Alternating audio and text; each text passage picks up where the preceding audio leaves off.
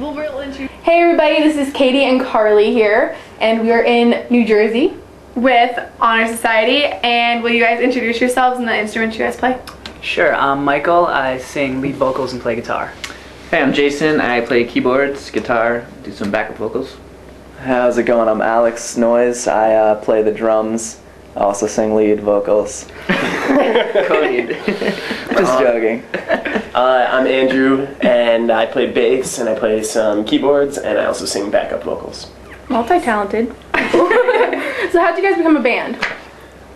It basically started, Jay and I have gone to school together forever, and we've been in different bands and just have kind of gone through, you know, different types of projects, and none of them were really working out. We finally just decided to start something that just was exactly the kind of band that we always wanted to hear, you know, and so we just took it from there, and then... Yeah, and then, you know, we... Met up with me. First we found Andrew and did some bass because we were, you know, playing keyboards and guitar mostly, doing a lot of writing. Found Andrew, and then we found this guy right here, Alex, on the side of the street, and we picked him up. the final Gave him a home. Found him in the classifieds. And, yeah, but it was great when the four of us first, I mean, when we had our first session together, it just clicked. It was like really just solid from the beginning, so it's just been awesome. Actually, no, I think it's important it goes on record, too, that you guys know Kat. Kat works with the band, works with Honor Society, and she actually introduced us to Alex. That's true. Aw, Very Kat, true. Kat. That's like a huge... Kat definitely hooked it up. That is a huge... And- Finally, she should get the credit that she deserves for that. Yeah, for sure, for sure. But she found him on the side of the street. Yeah. Still relevant. It's still true. He's like, I can't get Well, about Alex, so you used to be the drummer for the Jonas Brothers. Yes. Will you tell us how you're with them now? Yeah, sure. Basically what happened is me and Kevin went to high school together for 2 years, and then I went to college for one. Called me over the summer, was like, listen, I got this, you know, opportunity. Me and my brother starting a band, you know. So from day one, you know, I was the first drummer.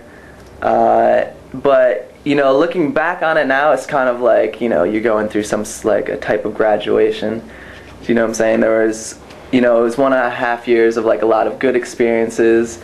You know what I'm saying? It was my start in the music business, you know, at 18. You know, had the opportunity to play a bunch of like really huge venues with really huge artists, and it was really cool. But you know, at a certain point, you know, I really felt like, you know, I wanted to do, you know, my own thing. You know what I'm saying? I feel like it was just the right time to sort of step away and, you know, refocus. You know, take a little break from the drums and then come back full force. Yeah.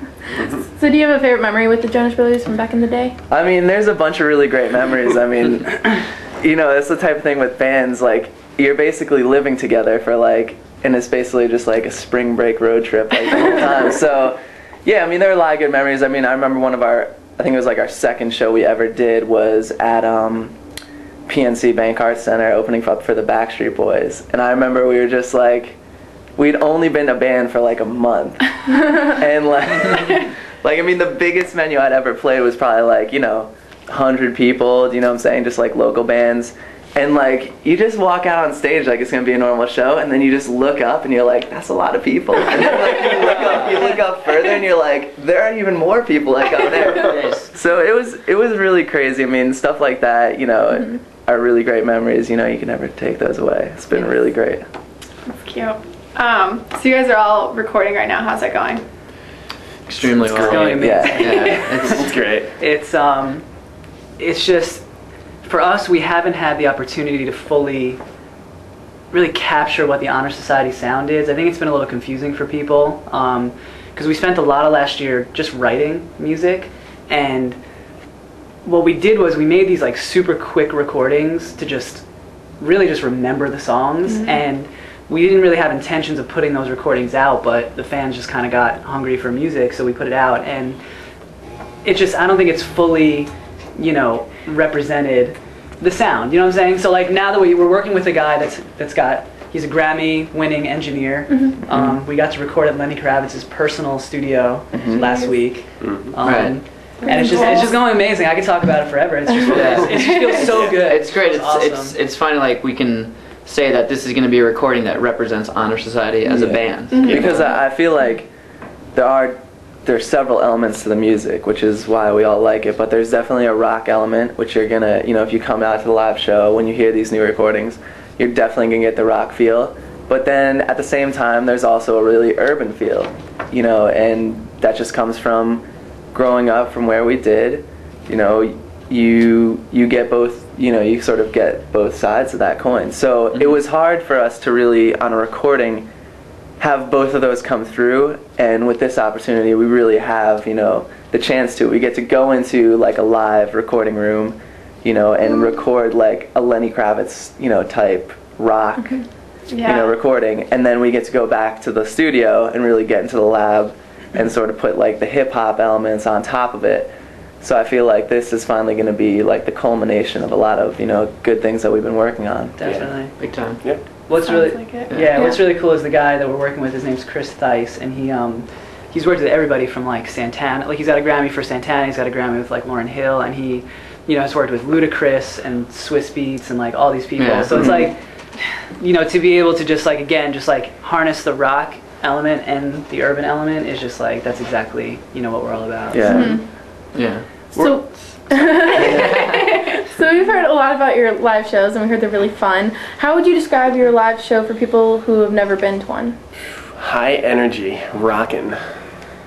Yeah, it's just it's a rock show, but it's like if you love like, you know, great pop melodies and vocals, but also want to like go to a rock show where you can just like jam out. It's like pretty much both those worlds combined, you know. Yeah. I don't know if it's a good thing or not, but it's usually what people say is not what they expected. You know, so I don't know if that's.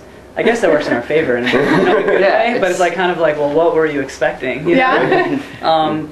But it's just, if you can picture like any of your sort of like pop artists today, but then if they got on stage and actually, you know, there wasn't some like 40-year-old guy in the back like playing guitar, like they were actually playing guitar and like ripping a solo maybe or something, and like, you know, the drummer wasn't just some guy who plays in like all these different pop acts, it's like the drummer of the band or the keyboardist. You know what I'm saying? It's like, it's as if, you know, Justin Timberlake or whoever, you know, sort of was, you know, played all the instruments that were on his record, you know, so, and then you get to see that live. So I think that's what's kind of the cool kind of different thing about Honor Society. Yeah, I mean, we all play our, you know, our prospective instruments and our respective instruments, and I think the recording too is going to capture what we do live, because that was the other thing we want to do, is have a recording that captures the live show kind of thing, having that live feel. So the live show is definitely, it's a lot of fun, you know, get people into it. Yeah, it's fun. In a word, fun. Electric. Electric.